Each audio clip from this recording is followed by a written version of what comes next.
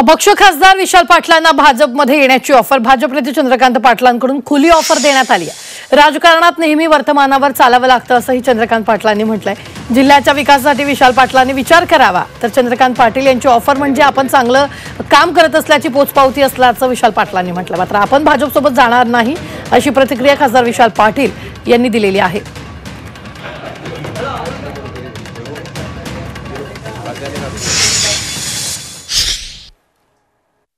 राजकारणात नेहमी वर्तमानावर चालावं लागतं, पुढे काय माहित नाही। वर्तमानामध्ये त्यांच्या हाताशी अजूनही 4 वर्ष 2 महिने आहेत। मे महिन्यात त्यांचं वर्ष पूर्ण व्हायचं, त्यामुळे 2 महिने आहेत। तर त्यामुळे 4 वर्ष 2 महिन्याच्या कालावधीचा आम्ही विचार करतो आहोत। जर ते बरोबर आले तर आमची केंद्रातली एक संख्याही वाढते आणि मग जिल्ह्यातल्या विकासाच्या कामांना त्यांना जे करायचं आहे त्यालाही सोपं जाईल, म्हणून आम्ही त्यांना जाहीर ऑफर आता पुन्हा एकदा देत आहोत, त्याचा त्यांनी विचार करा।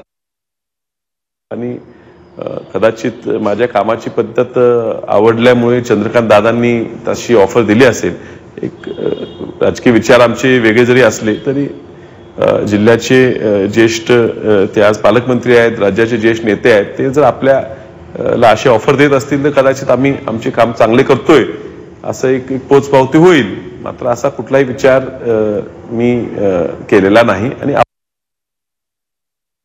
भाजप खूप स्ट्रॉंग आहे, मोदी खूप सक्षम आहेत, फडणवीस करिश्मॅटिक आहे आणि आता निवडणूक झाल्यानंतर 1 कोटी भाजपचे आमचे सदस्य झालेले आहेत। आम्हाला कोणाची काही गरज नाही।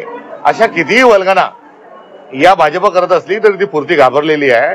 अहो, तुम्ही जर मजबूत आहे, तुमचे मोदी साहेब जर एवढे सक्षम आहे, तर तुम्ही पक्ष कशाला फोडता?